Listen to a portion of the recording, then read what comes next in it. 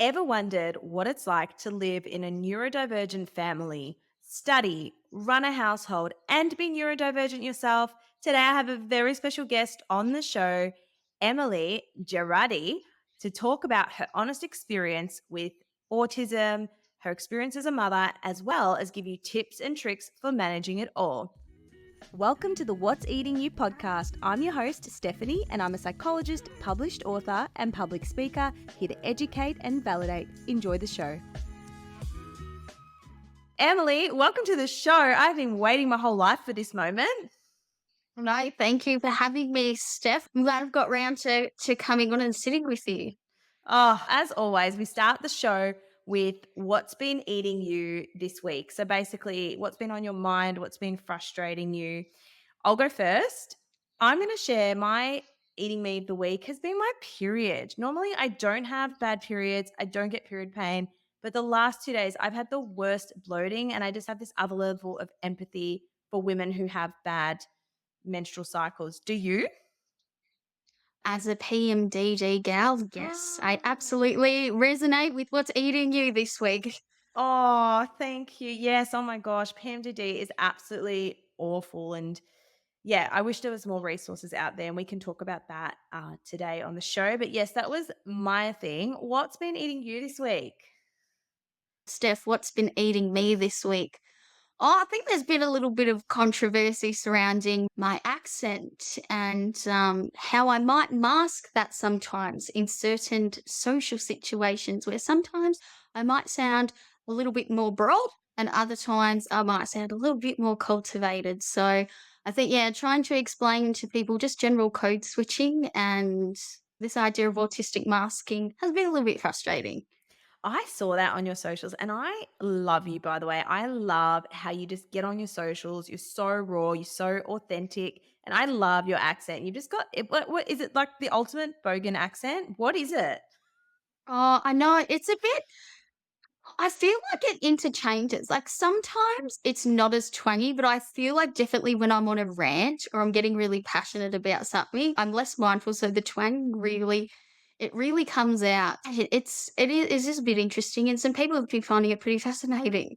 Yeah, and you know what? I think the comment you got was when you were on the TV interview, you didn't have an accent. The way I think about it is when I was a kid, I always wondered why Americans, when they sang songs, didn't have an American accent. Like when you listen to really famous people sing, like Justin Bieber, whoever, they don't have an American accent when they're singing. Is that it? It is. I feel like it's almost just like a professionalism kind of thing Mm, as well. I think most people do it. You're not going to talk at work the same way that you're going to talk to your friends yeah. in a pub. And yeah, I definitely have a very mindfulness over it because growing up with a broad Australian accent, particularly when you go to private school, it is something that you kind of can get picked on a little bit for. Mm. So yeah, I'm quite mindful about it sometimes, particularly if I'm speaking in a professional manner. Of course, yes. And I love your TikToks. Emily, how did you even get into it? Because I started watching your videos.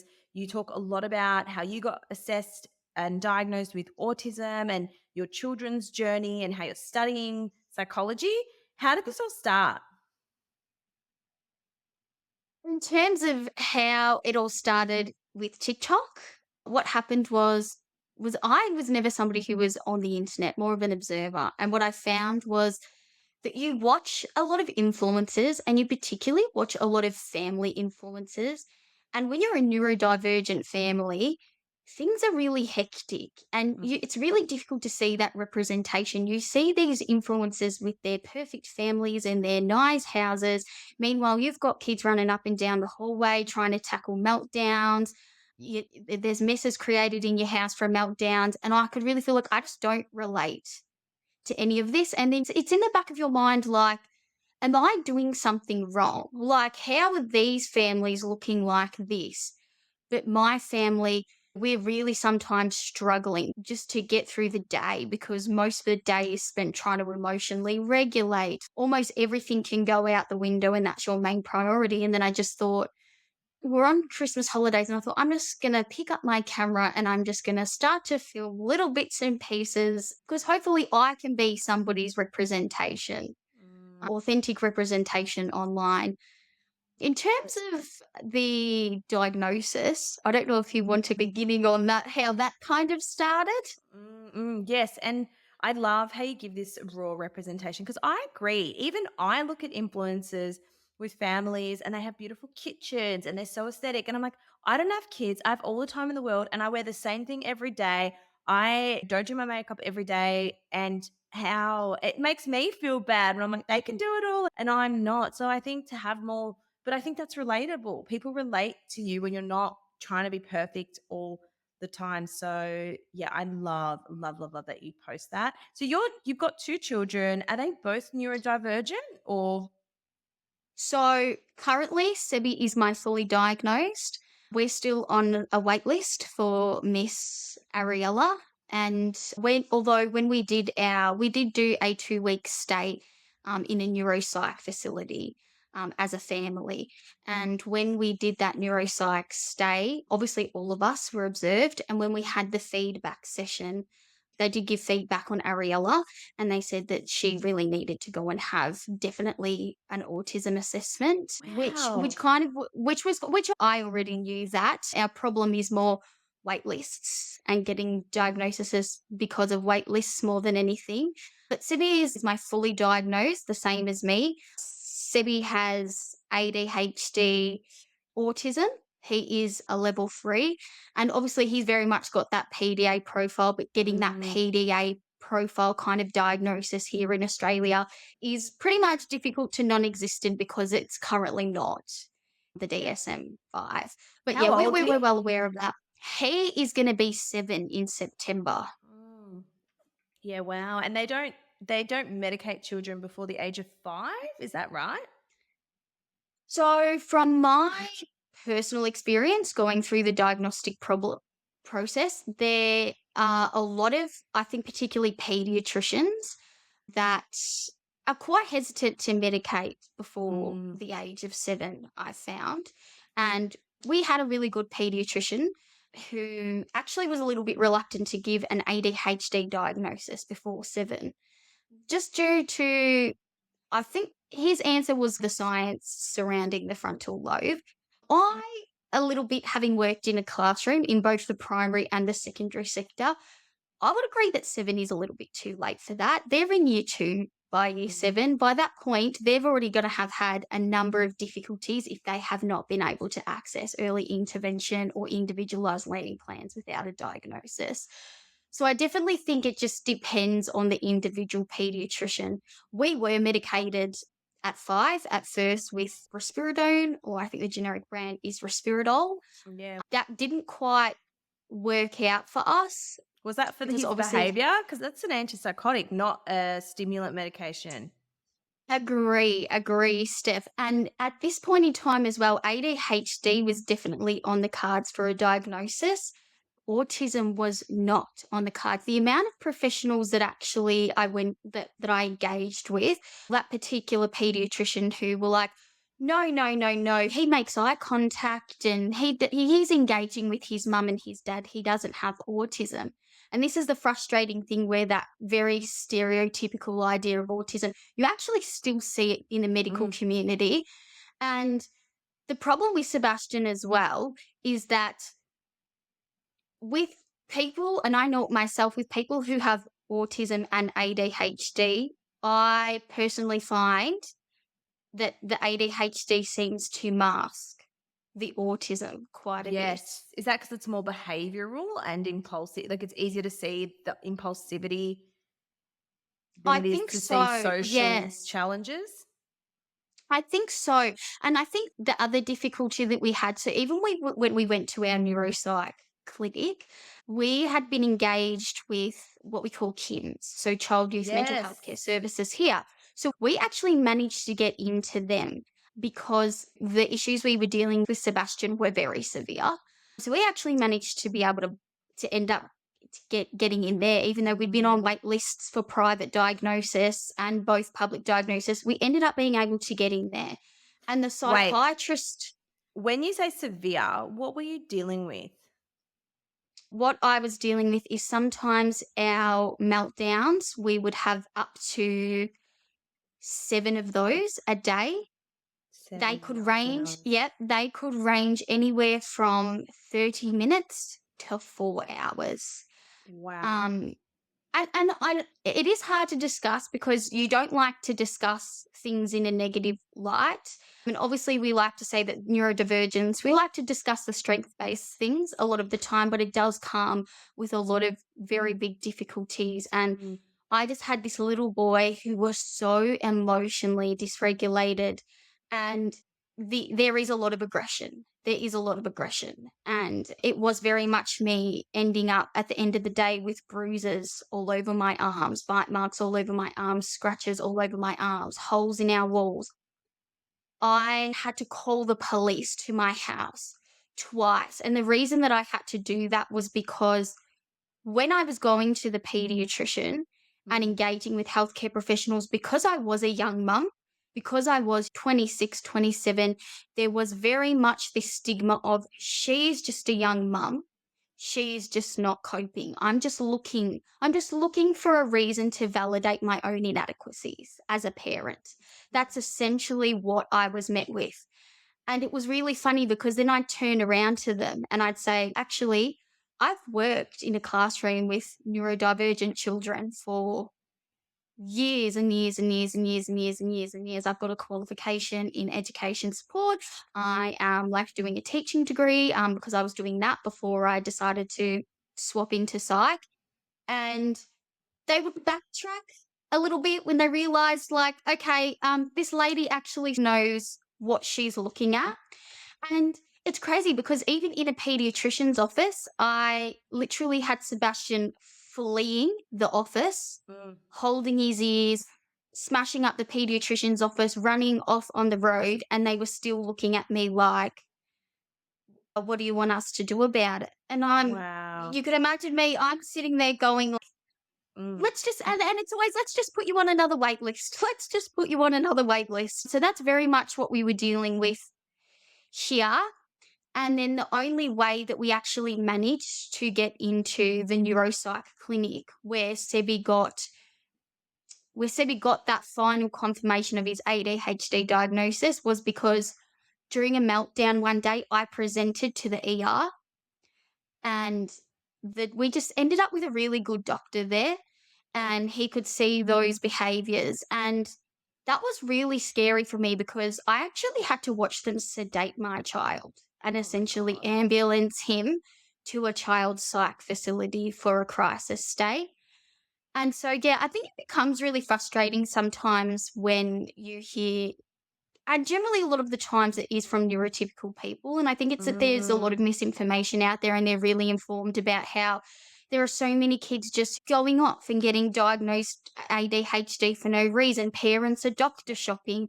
And we can't doctor shop because trying to get a diagnosis is taking 3 to 5 years to even Mm. get an appointment at the moment, plus cost. And there's this misconception that you go to a doctor's office and your kid runs around in a circle for a few times and they're like, yep, absolutely ADHD, pop them in the Ritalin and kick them out the office. Yes. And it's very frustrating for me because I'm like, that's just not what's going on. And then obviously doing my psych degree, you see that that's not what's going on even further from that actual professional perspective as well. And then I guess when you're engaged on the internet and advocating for that particular topic like me, it's just hundreds and hundreds over the last 2 years of desperate Yes. parents in my inboxes telling me exactly the same thing. So yeah, when you've been through a situation like me, it does become really frustrating when you do hear some 100%. people constantly spreading misinformation, particularly about neurodivergence. Yeah, 100%. And that's why I love that you're advocating and speaking about it because it is serious. And it's unfortunate that things had to get that serious for your son to be taken seriously.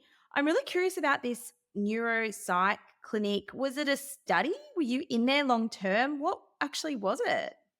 Yeah, so this place is called Oasis and it's connected to Monash Children's. And I mean, the psychs, they do research. in terms of like medications, and there's a whole heap of things, and they're connected to universities and they do research there. But this is actually it's a neuropsych clinic. That's probably, to be blunt, that's probably the nice way of saying it, but essentially it's like a child psych ward. And the children's one's called Oasis, and it's for young kids up to 12 who might have mental health issues or are struggling with issues surrounding neurodevelopment or neurodivergence. And what happens is you can go in for a crisis stay. So say when we were admitted to the ER and they ambulanced us, we did a crisis stay. The psychiatrist there and the speechy and the OT, we spent 2 days in there, and they kind of took a look at him, assessed his need, and were like, yes, you need to come back for what they call a long-term visit or a long-term stay, which is not a long-term stay as such. It's 2 weeks. It's more of a planned visit. So they discharged us and we went back to Kim's. Mm. And then we had to wait 6 months even then to get Oh back my in there. After gosh. that crisis stay, we had to wait 6 months. And when I tell you we were bumped to the top of the waiting list due to Sebastian's needs, we were bumped to the top of the waiting list. And so we spent a lot of time engaging with the psychiatrist down at Kim's, and he was amazing. His name was Dr. Boone. So I'm not sure if he'll listen to this, but shout out to Dr. Boone. He was amazing. He was. And he kind of did his own formulation before we went in there. And he sat us down and he said, my formulation for Sebastian is ADHD. He said autism level 2, but I'm gearing towards level 3, which was still a little bit of a shock for me in terms of Yes. level 3. And then Yeah. he had felt that he might be hyperlexic. So that was his formulation. So we did this. Hyperlexic. Hang on. So wait, for anyone listening, the levels we're talking about in the diagnostic book that we use to diagnose people, there's different levels of autism according to how much care someone needs. So level 3 is the most severe form where they're dependent on support. Is that right? Yes, that's correct. So our level 3s are people who have very high support needs. Yeah. And for Sebastian, that was him. Like, he couldn't engage in social activities. We started prep that year and we had to pull him out to homeschool. He wasn't able to go to school. No schools would take him, even the specialist Mm. education. I couldn't get him in there because unfortunately in a regional area, our specialist ed, they have obviously requirements themselves, which he didn't meet the IQ criteria to get in there. His IQ was too high. I was left with no other options but to homeschool term 2, Wow. which was still, and to be honest, I'm very privileged in that I Yes. was able to do that with my education background. I'm also very privileged that we had the financial stability for me to actually be able to give up work and be able to do that. There's a lot of people who have neurodivergent children who are just not Mm. in that position. They're just not in that position to be able to give up their whole jobs and their careers to stay at home with their What were you neurodivergent doing child. for work before that? So before that, I had been in education support Oh, while I was doing my teaching degree. So I'd gone from working at an all boys high school, year 7 and 8. So that was very oh interesting. wow. And it was good. And when I'm there, I was definitely particularly working with the neurodivergent children in the room 9 times out of 10, or obviously children that had other learning needs such as dyslexia, dysgraphia, Yes. Oh, dyscalculia. hyperlexia. I've never heard of that. I know about all the. What is that? So hyperlexic is when the kids are really good at like letters, I believe, and they're generally early readers, so they pick up reading really easy when they're hyperlexic. That was in his formulation. It was. Sometimes our stuff with reading, though, with him is just that inattention a little bit and Mm, not being able to focus. But Sebi is a very charismatic and a very intelligent little boy. yes. He is. And every report we've had, everybody who comes into contact with him, despite the difficulties and the high amount of support he needs, they will say that he is a very charismatic Yeah. and switched A on lot little of boy. children with ADHD are like, even though they may be behaviorally disruptive, they are so clever. I was just hanging out with a friend and her little son, we suspect he's got ADHD. He's only 3, but he put his connector pens together and unlocked the door, went outside and said, "I'm walking to Steph and her partner's house." And then they're like, "How do you know where it is?" He goes, "It's just that way. I know how to walk there." This is a 3-year-old. I was yeah, they're It, very, it very is smart. it is quite amazing, and I have seen that as well in working in the classroom. And it's funny because we do look at autism as like a varying spectrum. But I feel like in the medical world, they're still not looking at ADHD like that in terms of Yes. varying degrees of ADHD. And I see that in the classroom use. When you've worked in a classroom, particularly with neurodivergent kids and their diagnoses and their needs inside out and back to the front, it's amazing all the different presentations you see in real Yes. time, dealing with real kids who have it. It is amazing to see that. And and I say that obviously having ADHD and autism myself, but definitely having worked with a lot of ADHD and autistic kids, particularly in the classroom, I would go as far to, in my personal experience, to say that some of the ADHD kids struggle more in the classroom and need more support than some of the kids that are diagnosed with autism. And unfortunately, ADHD doesn't actually get the same level of No. support And as an autism diagnosis. it's not on the NDIS either, is it? You have to have No, it's 2 not. a different diagnosis. Yes, and I obviously have had to deal with NDIS a bit, and I did speak to one lady through NDIS, and she said to me, it's because it can be medicated for. And I'm like, Mm, first of all, pills don't build skills. Medication is part of the puzzle. And often for a lot of people, it's the missing part of the puzzle. They can have all the coping mechanisms that they like. But at the end of the day, there is stuff with ADHD that has to do with brain chemistry, e.g., dopamine. So for a lot of people, I feel like that medication is, they've got the coping skills, but the medication is the final piece. But having worked with kids with ADHD in the classroom, you definitely see that some of these kids, they need to engage in a speech therapist or definitely occupational therapy for a number of yeah. different reasons, or psych sessions. And unfortunately, kids who just purely have an ADHD diagnosis don't actually receive that support. And I'm a very big believer truly in that. I do think hopefully when the DSM might be updated again, that they Mm. should look at diagnosing ADHD in terms of levels as well, because 100 you see that there's like a several different presentations, and they all got a different need level. So I think it would benefit the ADHD community to have it to be diagnosed in levels, as in mm. level 1, you've got a low support need, level 2, you've got a moderate support need, level 3, you've got a high support need. Yeah, I agree. And I actually just thought of the best idea for you. I think you should publish a book called Pills Don't Build Skills and talk about all the skills people need when parenting neurodivergent children or having neurodivergence themselves. I think that is brilliant and so good.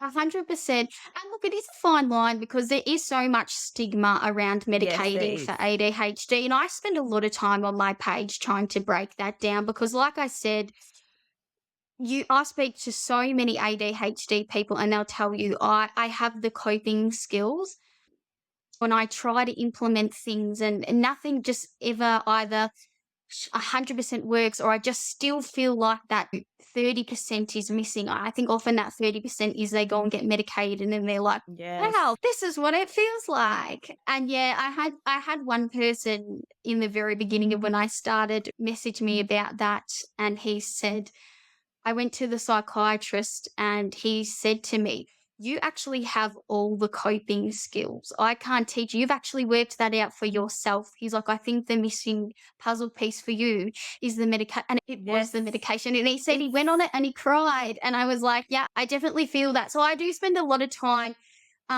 breaking down that medication stigma. But at the same time, I think that ADHD people and children 100% need to be able to access those targeted therapies on top of yes. medication.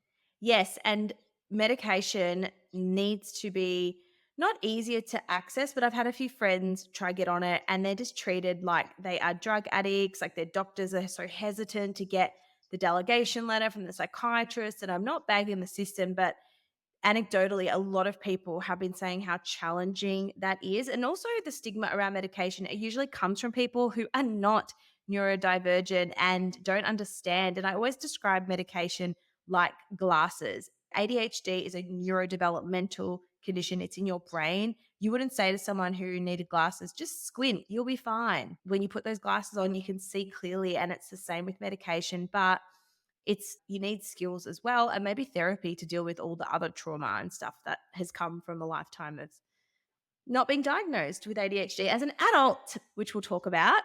You, how did you get onto you? Yeah, it comes from somewhere, doesn't it, Steph? Okay, the apple doesn't fall far from the tree in this case. Yeah, I mean, it's so interesting, and honestly, look, I had a very colourful upbringing, and I do go into that a lot on my page. My parents were my mum my dad was an addict and my mum left him, but then got involved with a family friend who ended up being basically a career criminal and spiraled into a drug syndicate that they were a Wow. part of. But there was a lot of domestic violence, and I was witness to a lot of very severe domestic violence against my mother growing up. And yeah, unfortunately, like she got caught up in all of that, and then DV just made it so hard for her to get out. She ended up dropping my sister and I off to his family just for safety reasons. And then, so I think, yeah, I had this very colourful upbringing and I spent time in kinship care, and my mum did a prison sentence for being an accessory Wow. I to didn't know drug this. trafficking. Yes. And so I had this colourful upbringing. And then when I look at it, I'd always struggled. Even I had before about the age of 7, I had a decent upbringing. There was nothing to indicate trauma. This kind of all happened after I was 7. But even as a very small child, I just remember things being very difficult, like when I started school, just like trying to socially connect with kids. And then I had sensory issues as Mm. well. And I'd like say I'd go and self-regulate. I'd go and sit in a dark wardrobe and read. I could come across, my mum would tell you this.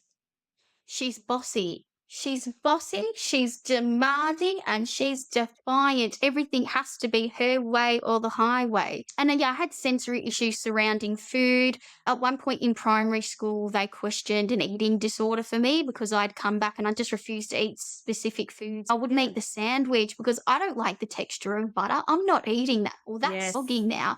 I'm not touching it. And because and there were people in my life, the kinship carers that I had at the time, I'd actually come home and they'd actually force feed me the Oh my lunch out of my gosh. lunchbox at the table. And even then, I would sit at that table for, I'm not even joking, like 5 hours. And I still wouldn't even just put it in my mouth just to get it over with. Like, that's how Mm, bad the sensory issues were with food. So there was stuff definitely like pre all of my colourful upbringing, which mm, my mum went through in my developmental interview with the psych. So particularly after I had kids, particularly after I had Sebastian, I just noticed that in terms of emotional dysregulation, I was struggling more and more and more and more and more. And particularly when my own children started to exhibit signs of mhm. autism and ADHD. Seb was having a lot of meltdowns that started at about the age of 1.5, 2 years old, 18 months, 2 years old. So I was so overstimulated. And for a little bit, I think I was never diagnosed with postpartum anxiety or depression, but a lot of Mm, people kept telling me, yeah, that's just what you have. That you just have postpartum anxiety, you just have postpartum mm, depression. And for a long time, I thought that. And I did grow up with a bit of anxiety. And when I was pregnant with Sebastian, I actually didn't leave the house for 3 months and I was wow. diagnosed with agoraphobia. When I was diagnosed with agoraphobia, I did a lot of CBT. And the CBT was really helpful for the agoraphobia and for Yes. general anxiety that I had. It was amazing. And I can say to this day now, yes, I think anxiety definitely I have part and parcel with my autism, but I wouldn't say that it's enough for me to Mm, say that I have a generalized anxiety disorder. So I've actually quite got my anxiety under control. I wouldn't say I have an extreme amount of anxiety unless I'm in like a shutdown or a meltdown. And even after doing all that CBT, I was like, yeah, I don't feel like I have anxiety. I still did not feel 100%. And I was, even me, like to self regulate, I was doing things like going to a dark closet and putting a Yeah. blanket over my head and reading. Sometimes I'd be that was the only way I could self regulate.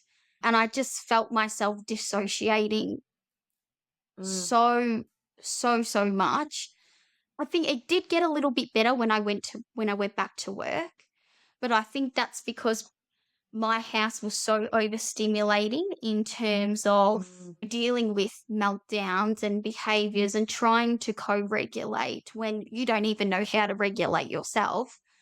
So when the kids started childcare and I went back to work, I actually felt less burnt out, which I guess for some people with autism might sound Mm. counterintuitive because I know a lot of us who work full time get really burnt out. But I think I also found it easier because I was working with neurodivergent children in a school.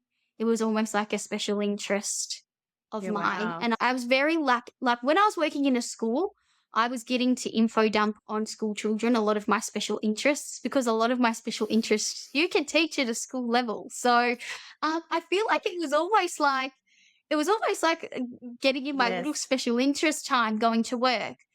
Um, but when things started to escalate with Sebastian, so at about 18 months old, too, I turned to my husband and I said, this kid is going to have ADHD.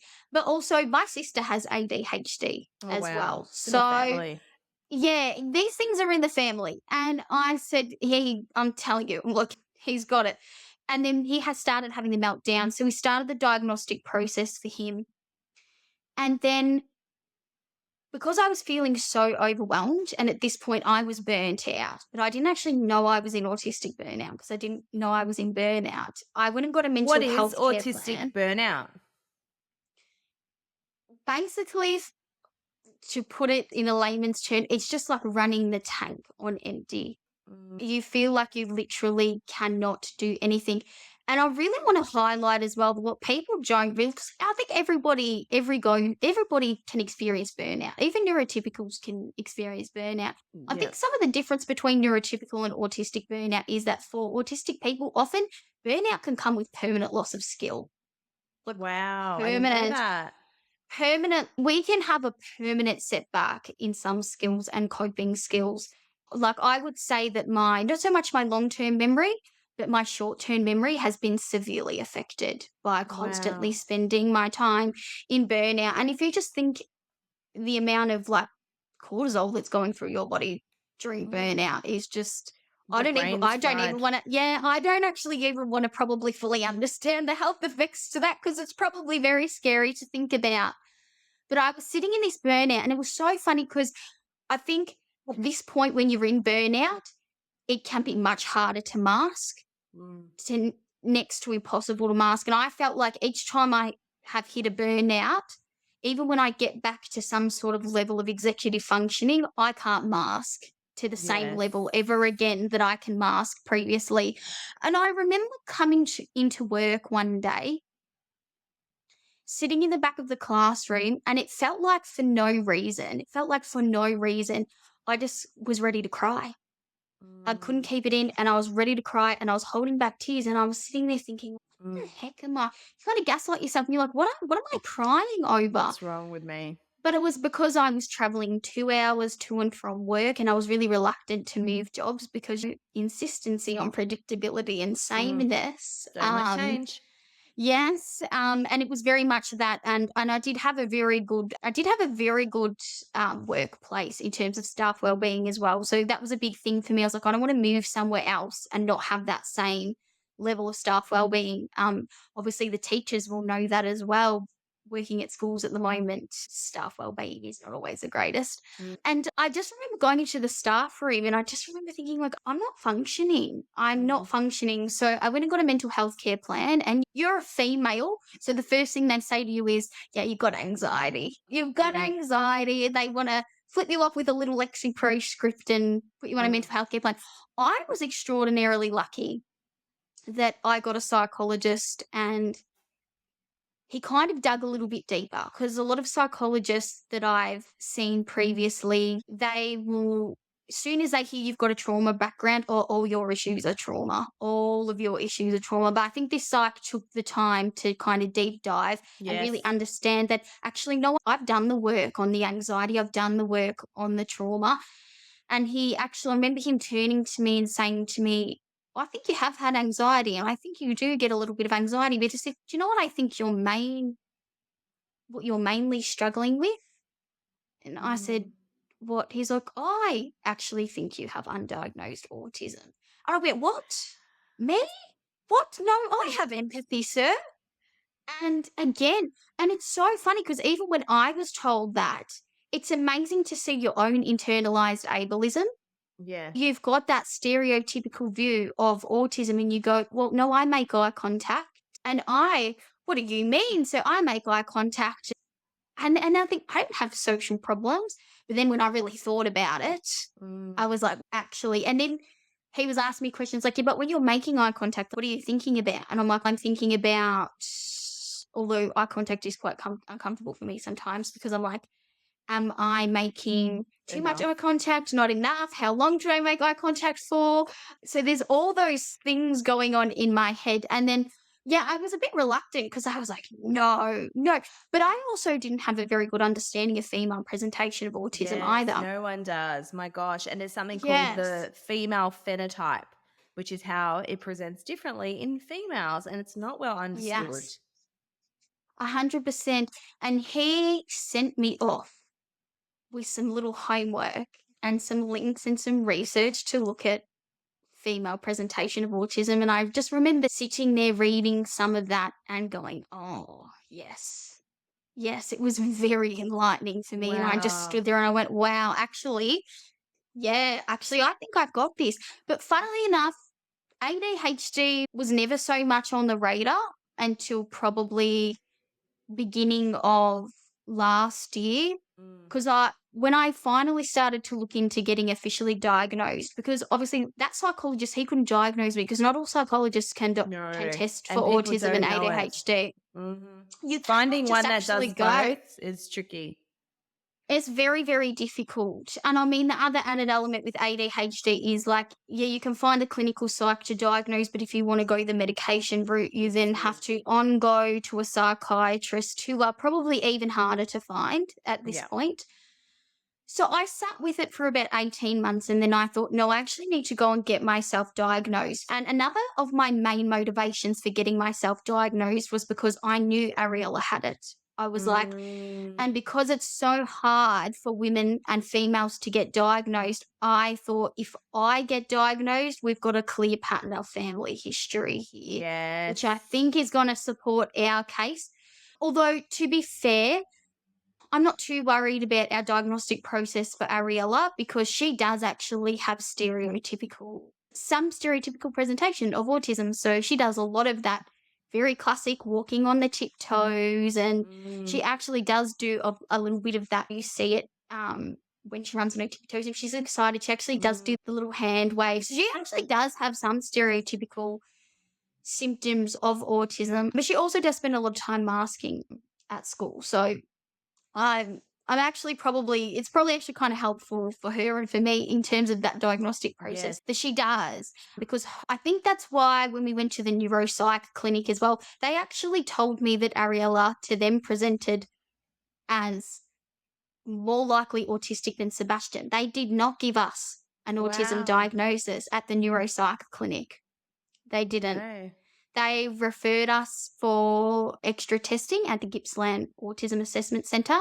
His ADOS was half and half. They were What like, does half and half mean? there were times where they were like, maybe, but then, like, particularly in terms of eye contact and how he socially communicates, they were like, and when they did their testing, I think they took a letter or from his preschool. Mm. Now, when they took a letter from his preschool, they asked him, does Sebi have this skill and this skill and this skill? And the preschool ticked yes, yes, yes, yes, right? Mm. Now, when we went to see the pediatrician at the Autism Assessment Centre, they actually spoke to Sebi's kinder teacher who spent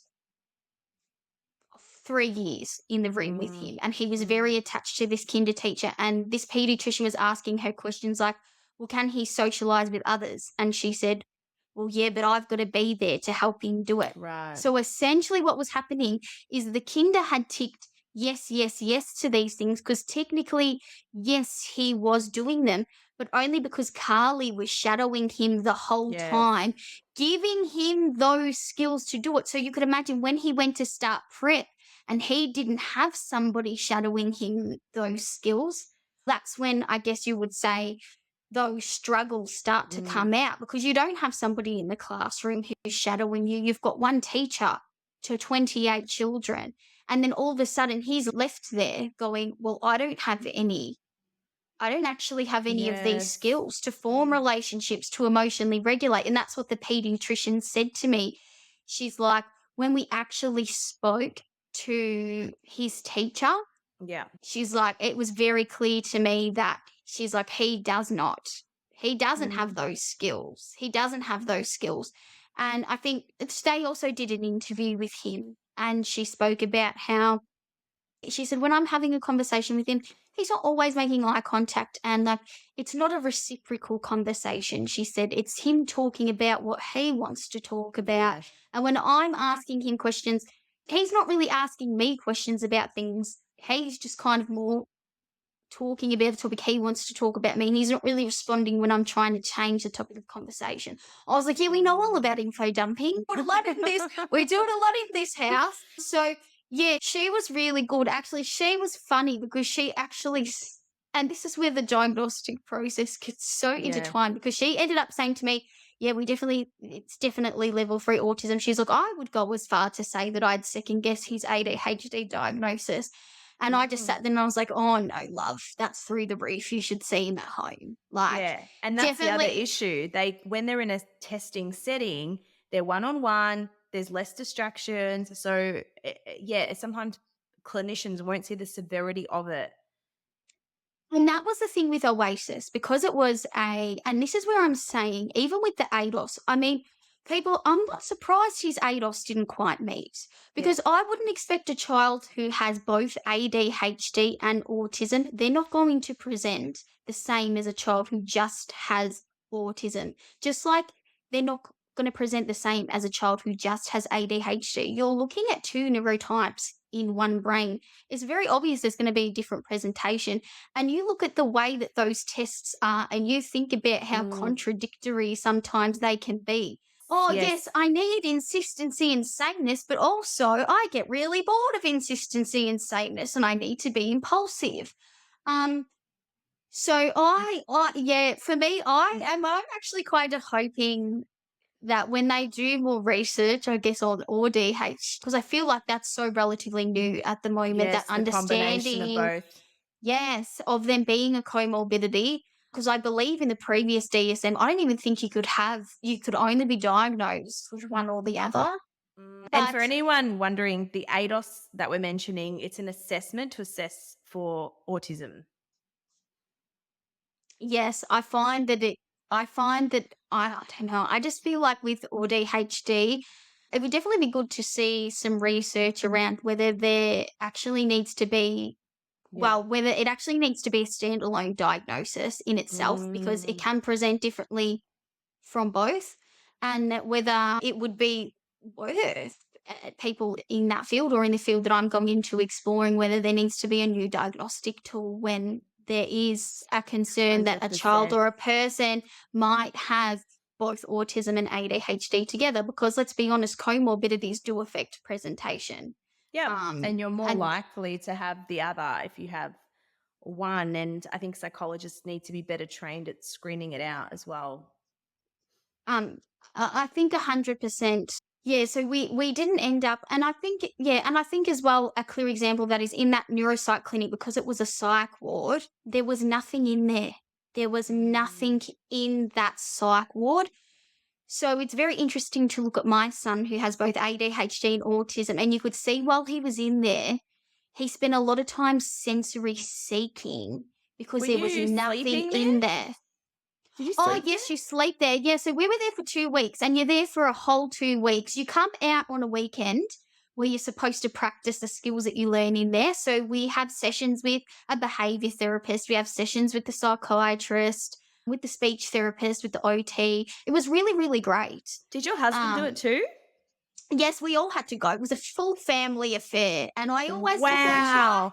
I try not to laugh because I think poor Ariella, all her friends, what did you do on holidays? I went to Queensland, I went to bloody Rome. What did you do, Ariella? Oh yeah, we just did 2 week holiday in a neuropsych clinic. And like, this is what I'm saying. Oh This my is the gosh. reality for us. This is the reality for neurodivergent families. And this is what I'm saying about social media. You've got these social media influencers going off to Bali, going off to here. Meanwhile, there's some of us Literally. here at home doing 2 week stays in neuropsych clinics because we desperately need the help that we can't access in the public sphere. And that's not, I'm just talking about the public sector or the private sector. We just can't access it in the Yes. general public at the Did moment at you all. have to pay for that 2 week stay? No, you don't have to pay. You don't have to pay to stay there. So even if you're through a private psychiatrist, you actually can get your psychiatrist to make a referral to Oasis if that's what you want. I've had a lot of parents who saw that journey ask me how they can get referrals. But yeah, it's a funded stay, so you don't Okay. need to pay for it, which is great. Yeah. Oh my gosh. I have a lot of women I work with on their eating disorders, and a lot of them are actually neurodivergent, ADHD, and they have young children with ADHD and really struggle. What are your top tips in a neurospicy family? By the way, I love that term neurospicy. I had never heard of it till I watched your content. Look, I guess it's so hard, I feel like, to give individualized tips and advice. And I feel like I actually struggle with this a lot as somebody who does get a lot of that in my inbox because obviously every neurodivergent person and individual is so different. All of their households, although we're probably kind of dealing with the same thing, I guess we're all in the same storm, but we're all kind of in a different boat at the same Yes. time. Um, so look, I find with neurodivergence in general, particularly our house, given that there's a bit of PDA going on, like a low demand lifestyle and like Mm, low demand parenting styles. And I think people get that really mixed up with yeah, permissive parenting, because let's be honest, a lot of our parenting gets judged in the neurodivergent space, true. and And very anyone unkindly. For anyone wondering, PDA means pathological demand avoidance, and it is a profile of autism where people struggle with everyday demands and tasks. Yes, yes. So, yeah, it's almost like a nervous system response to losing what you feel like is your autonomy. The way I kind of describe it to people is almost like the way I would describe an allergic reaction. So, Mm, like, if you eat nuts and you don't have an allergic reaction, your body's immune system lets that go through. But for somebody with another an allergy, their immune system sees it as a threat. So then they mm. start attacking their own immune system, and then you break out in rides or you have an anaphylactic reaction. That's kind of, I feel like, what's going on in the nervous system and the brain of a PDAR. If I Yeah. say to Sebastian, put your shoes on, he's like, no, no, no. He's like, you're a dictator. And then his nervous Mm. system's like, I don't have any options. I don't know what I'm supposed to do with myself. Like, and it's just almost like he shuts down, and it does look like they're being really, really, really defiant. But if I Mm. simply switch up my language and say, we're going to put our shoes on now, I don't have the same issue because I'm not using declarative language. I'm using more open language. So And I what find about that, making it a choice? Do you want the red boots or the green boots? yeah, that's helpful. And sometimes you don't even need to, sometimes it doesn't even need to be an actual choice. It just needs to be perceived. It just Yes. needs to be kind of perceived as a choice. And yeah, and it is really hard because I think particularly neurotypical people, they don't understand that parenting neurodivergent children is a whole different ball game. And we do Yeah. get a lot of judgment from that sphere going, oh, low demand parenting, permissive parenting. And it's like, no, until you've walked a mile in our shoes, like you need to understand that we need to know our kids inside out and back the front. We actually just cannot wing parenting. Yeah, A lot of people can 100%. actually just go with the flow and wing parenting. When you have a neurodivergent child, you cannot wing parenting. I mean, we can go with the flow and say it is what it is, and some days we have to do, but in terms of we actually have to know our kids' triggers Mm, to actually function as a family unit. We gotta have to know everybody's triggers as best we can and try and constantly think about how our kids gonna react in certain situations. People don't understand that most parents of neurotypical kids, they don't have that on their plate. They don't have yeah, to think wow. about that.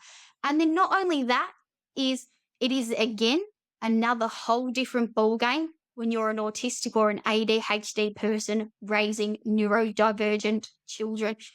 That's an even bigger ball game change What are from being your top tips? neurotypical. What are your top tips for I neurodivergent feel like mamas?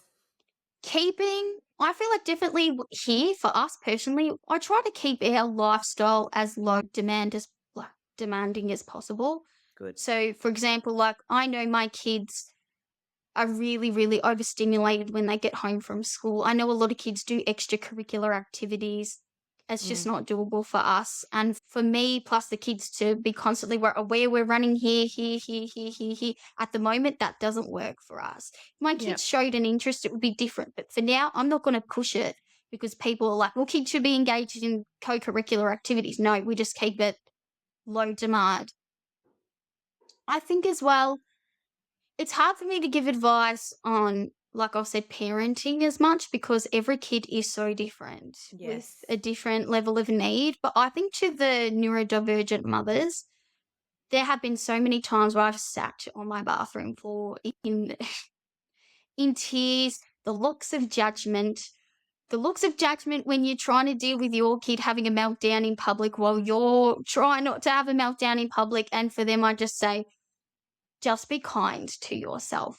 Yes. It's a tough bloody gig. It's a tough gig, and we're being met constantly with a lot of judgment, a lot of ill informed opinions. But just Mhm. know that you're not a bad parent. Bad parents aren't Yes. sitting there going to the level that you're going to help your child, to help yourself. And bad parents don't wonder if they're bad parents. That's So my best true. advice to people who are going through our situation. And also that, you aren't alone. I can guarantee you on the same night you're sitting on the bathroom floor crying, there's another mother sitting on Yeah. her bathroom floor or somewhere else in her house crying. So I guess that would be my main advice more than anything Yeah. Be is that kind to kindness to yourself. yourself.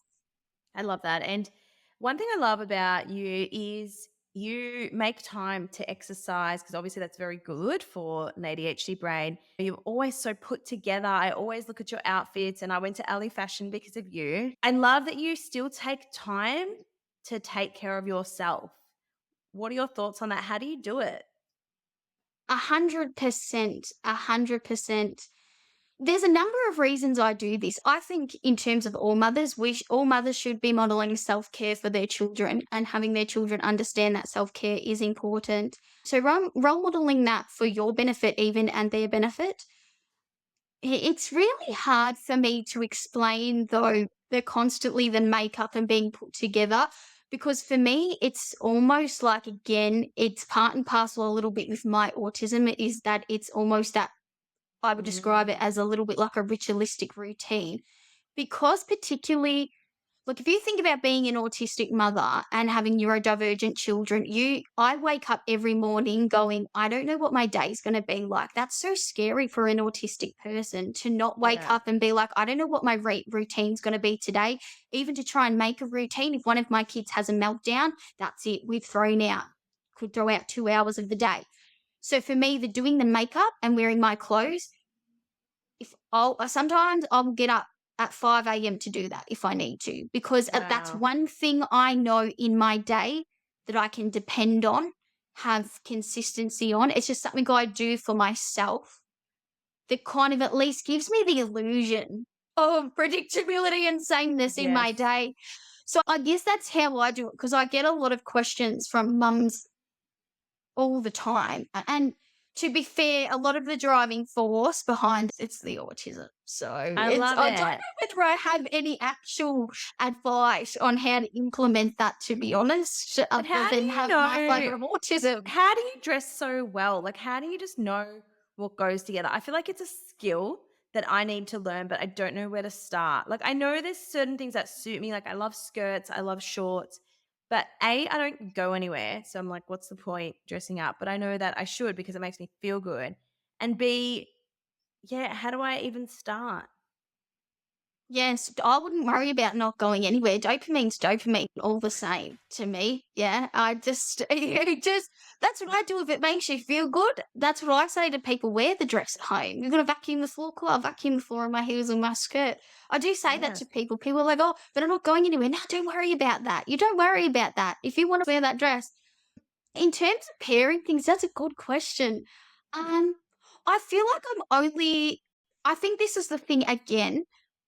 I have a special interest in a specific aesthetic, and I do spend a lot of time on Pinterest looking at that. Pinterest is your best friend Pinterest. for pairing Yes. outfits. Like at the moment, I like a little bit of dark academia or light academia. Literally, you type that into Pinterest, and you'll get so many ideas. And then it's just a matter of me like going to the shops and just being able to pinpoint. My husband will tell you he hates shopping with me. He's like, she is on a mission in the shop. So I guess that's how I guess I kind of find different pieces. I would say Pinterest is Yes. definitely my best friend. And if you're just after a certain look, you might I feel I've got this interest in grunge or that kind of thing. Just you just type it into It Pinterest and takes it time will and give you. effort and research. Yes. Oh yeah, well I do love research. Yeah. So Okay. I'm gonna do that. I did that once. I did a little Pinterest of like outfits for travel. And one thing that's helped me is shopping for outfits, not just buying a random top or random thing. Like you have to buy outfits. yes. Yes, I agree with that. Yes, correct. That's exactly what I do. So when I go on a shop, it is with the intention of buying actual outfits. I mean, I won't always buy them from the same place, but it's like I'll see a Yes. skirt that I like and I'm like, yep, that's obviously a feature piece. I really like that, or a coat.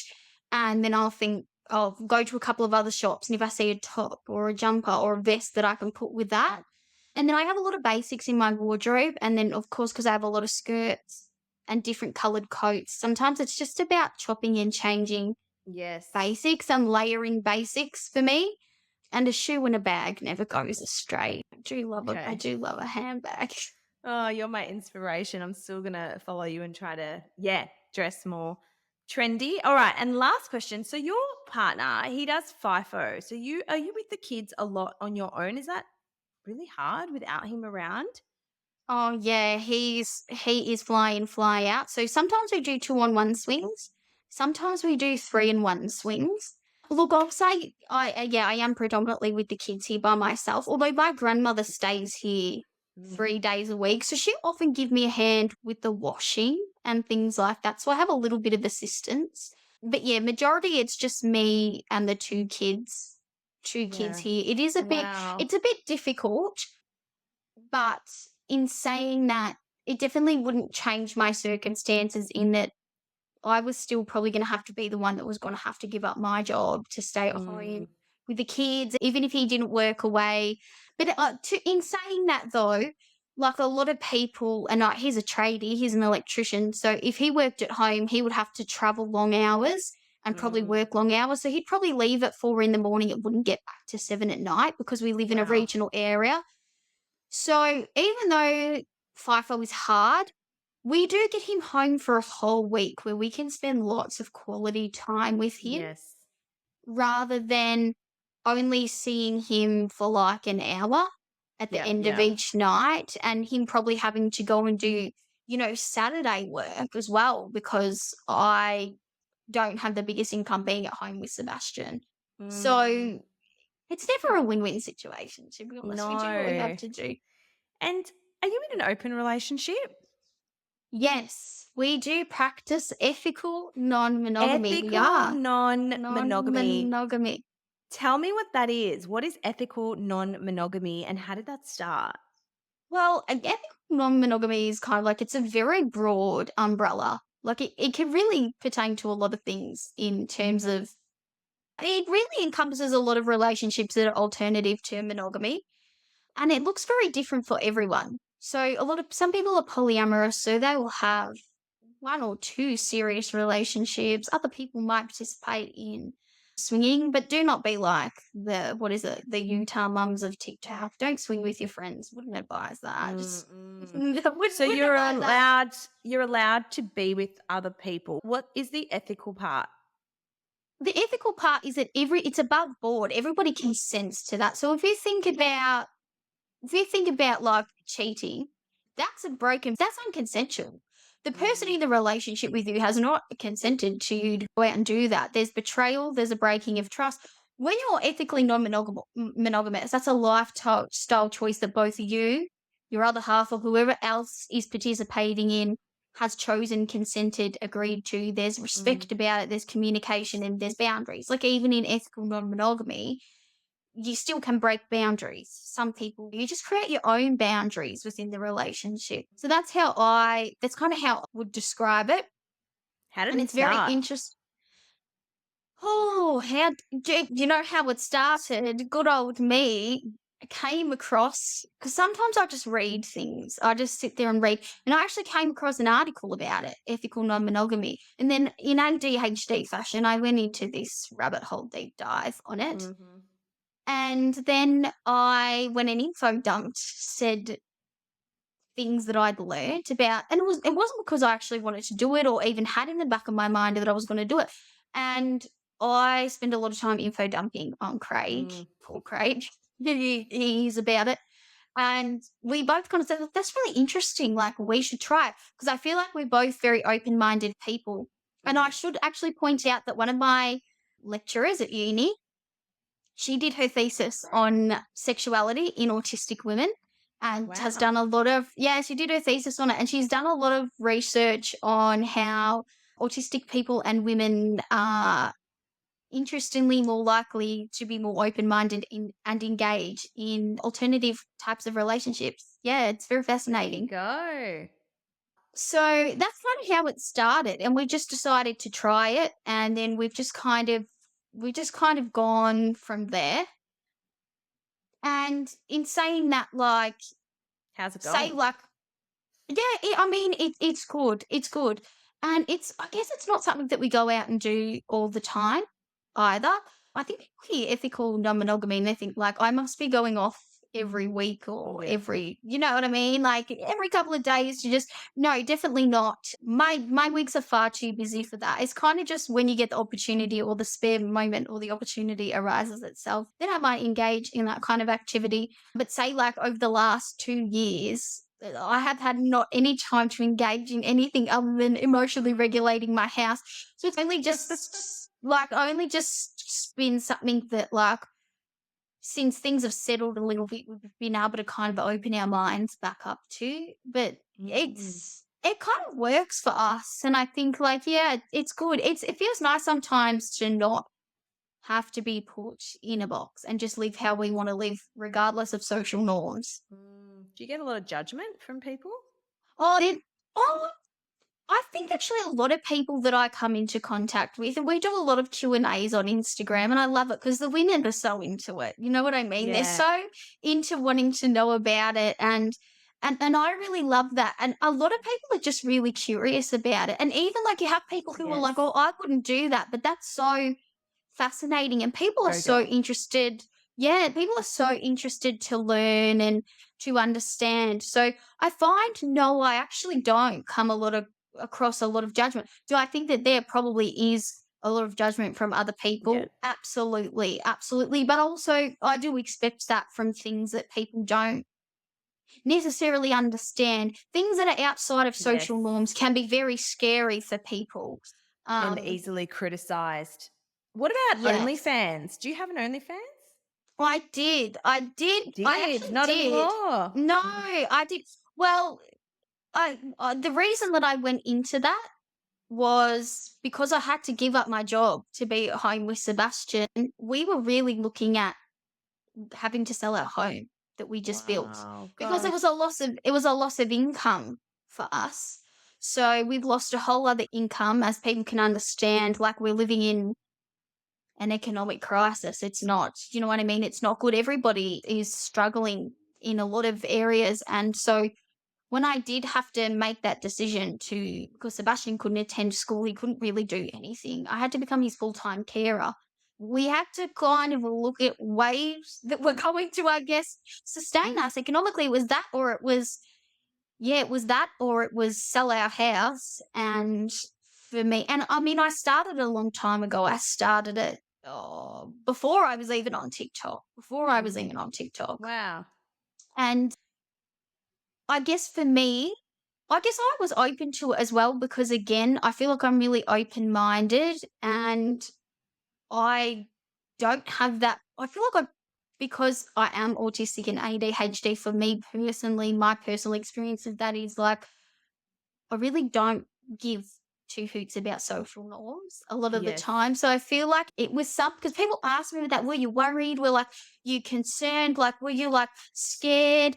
And I was like, nah, I just sent it. But I mean, That's that that could also risk be, it could taking. be my impulsive behaviors coming There into you play, go. couldn't it? I definitely think the ADHD definitely plays a bit of a part in me being like, yeah, whatever, let's just do what we need to do. Um, and it wasn't a negative experience. And funnily enough, again, the same thing with the open relationship. People are actually really, really open about it. People are really Mm, supporting about times it. are changing. And literally, I think people have this perception of, oh, but do you worry about this? Do you worry about that? I mean, I did it in a way as well that was, I was not silly about it. I also did it in a way where I knew, a digital footprint is a digital footprint. You're never going to 100% be protected. But I Yeah. did do it in a way in which it was going to minimize my professional or social impact as much as possible. So, Yeah. and it's funny because a lot of people won't, and particularly on TikTok, a lot of people won't have even known that I did it. Like, Mm, they'll only, they might shift over to Instagram and then yes. go, Okay. oh, you do that. Because I never advertised on TikTok. Yes. I Instagram's all never, saucy. yes. Well, I obviously censorship, but because my TikTok is very much there for me to be able to be that representation and look at advocation. I didn't want anything detracting from Yes. Yes. my overall message. Like, the purpose of my platform is not to make money. That's not the Mm, purpose of my platform. It's not to do any of that. So that's where I was like, well, I just want to keep that for what I want it for. And then we'll take all the wild stuff over to Instagram. So we'll take yeah. all So the you wild don't, stuff to Instagram. do you not do it anymore? No, I don't do it anymore. For me, the problem was for me is that obviously it was never an intention for it to be a full-time job. And it really did explode over there, as Yeah. in, like, Wow. I had a big platform over there. And I think people do have this misconception. Okay, first of all, people have this misconception of OnlyFans that it is, you just video yourself in camera, you get paid all this cash. Look, there's actually quite a bit of admin work behind it. Oh, so much There's chatting to people, the messages. I've got correct, friends who correct. they secretly use agencies to write back to all these fans on Yes, their but the behalf. agencies will take 50% of your Yes. And then earnings. OnlyFans take the money and they're not left They with take much. 20%. Yeah, they take 20% of what you earn. The tax man will take 30% of what you earn. You have to be registered with tax. You're going to be in trouble if you don't pay your tax. And so it got really hectic in almost that if I wanted to continue on that platform, I was going to have to do that full time. As in, like, I was going to have to sit at my computer doing admin Mm, and sending off content, because you've got to individually send off content. When you've got thousands and thousands of messages coming in that you've got to actually respond to even make wow. any money, you actually find yourself sitting there for 5 hours a day on the computer. And I'm studying full time. And when I started this year, I went from a part time study load to a full time study load with my Jeez. psych degree. So it was just for me, like, I want to get this psych degree done, the undergraduate. It's nearly done. I think I've got maybe like a year and maybe like a Yay. year and a bit to go for the undergrad. And so I was like, yeah, okay, cool. I was like, I can't do everything here. although, like, yeah, it's good. Like, for me, it was good in that it definitely provided some good finances. For anybody who is thinking of starting it, I just want to be clear that don't go into it thinking it's easy money. I know a lot of these girls No. on Instagram and these influencers are like, I earn $1 million in a year. They have very big social media platforms in which they already have before they start it. So it's very Yep. easy to get followers. If you're somebody who's starting it from scratch, it's a lot of work. You've got to build a social media presence. You've got to market yourself. Most people don't earn what Mm. those girls earn. If you want to do it, go and do it, but definitely don't necessarily go into it thinking that you're necessarily going to make the bank that some of those girls are making. And I'm all for people advertising their work, but I think they need to show the reality of that is like most people Oh, actually don't earn that on there. So even though I was, how for me, much? Do you feel comfortable sharing? look, it can vary. It can vary. Like on a good month, look, I have a friend who does it. She earns much more, but on a good month, you can look at 30K, 50K, but you got to remember Wow. 30% of that to the tax man, Yeah. straight up. So you maybe come home with a little bit less, but then you can have really bad months where it's like earning an average wage of a nine to Mhm. five job where you might earn, like I might earn 5K or 10K. It can kind of vary. But again, you've got to be mindful. Digital footprint, there's a very high likelihood that you're not going to earn that. It was just luck for me. Yeah, It, yeah. I'm just put it down. It was just luck. So And yeah, even that's though even though you're not doing it now, does, like, your old content still get subscriptions? Like, can you still make money even though no, you're not no. making new content? You could leave it up, like, you can leave your platform up and, like, not make any more content. I mean, I don't know how many people would say stay if you've got a subscription fee. True. If you're somebody who, say, got a free page and people could just unlock and purchase your content on your wall, you can definitely do it like that as, like, a passive income stream. For me, I just completely deleted it because I was like, "Yeah, the dopamine's worn off from this, so I'm Yes. done." Purpose. Monitoring this anymore. So I just felt like I also felt like as well that for me anyway, sometimes in your personal life it makes sex feel like a job. Do you know what I mean? You get into that routine and you're like, Yes. this is affecting my sex drive now because I'm like, oh, I've just had to film like 4 videos and that.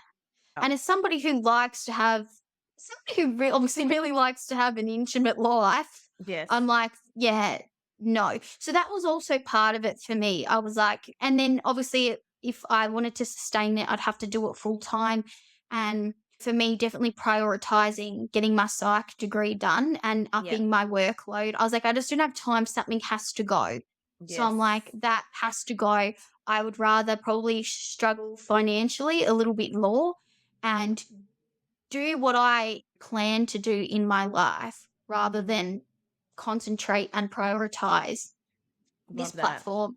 Yeah. Different seasons, different needs. Oh, you're amazing. You honestly are so interesting. And I really hope one day you write a book about your experience, or when you become fully qualified, you go into this industry, because I think you are such an amazing advocate. And we are so lucky to share the privilege of sharing time with you on TikTok. I feel like I'm in your house. I feel like I'm part of the furniture watching your videos. So, Emily, where can people find you online?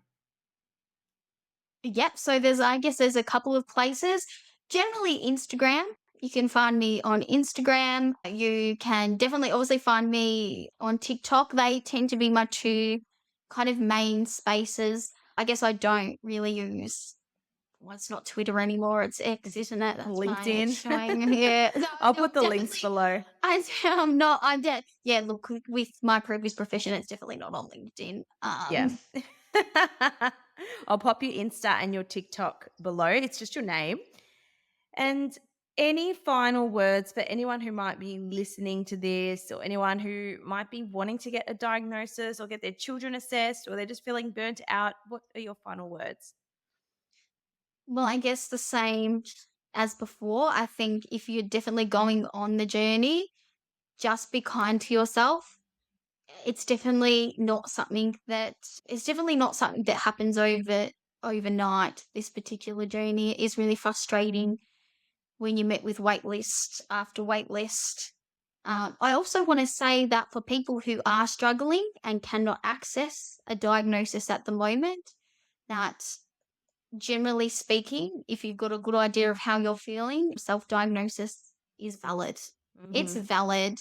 If you're seeing areas in which you need help and you're implementing coping mechanisms or want to implement coping mechanisms in that, I say provisions are for everybody, including neurotypicals. But I think I just want to say that I'm very privileged to have been able to get a diagnosis, and I'm very privileged for my kids to have been able to get a diagnosis because we have financial means, etc., Mm. to do that. Not everybody has that. So I think that would definitely be one of my parting messages, is just to check my own privilege that I have. And Yeah. yeah, if you're struggling, kind to yourself, and there's always a certain level of self-diagnosis before actual diagnosis. Yes, yes. And advocate for yourself if you really believe something's going on, just the way you're advocating for everyone.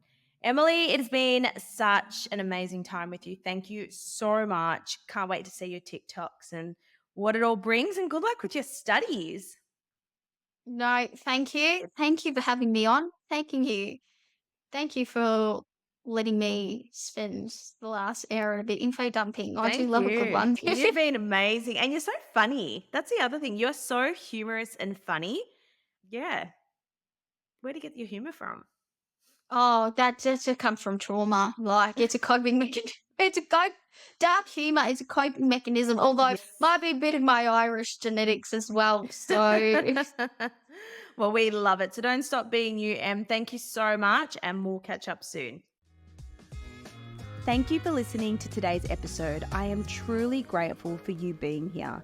If you got something out of today's show, please take a moment to leave a rating or review. To access more resources or support, check out the show notes below. See you next time.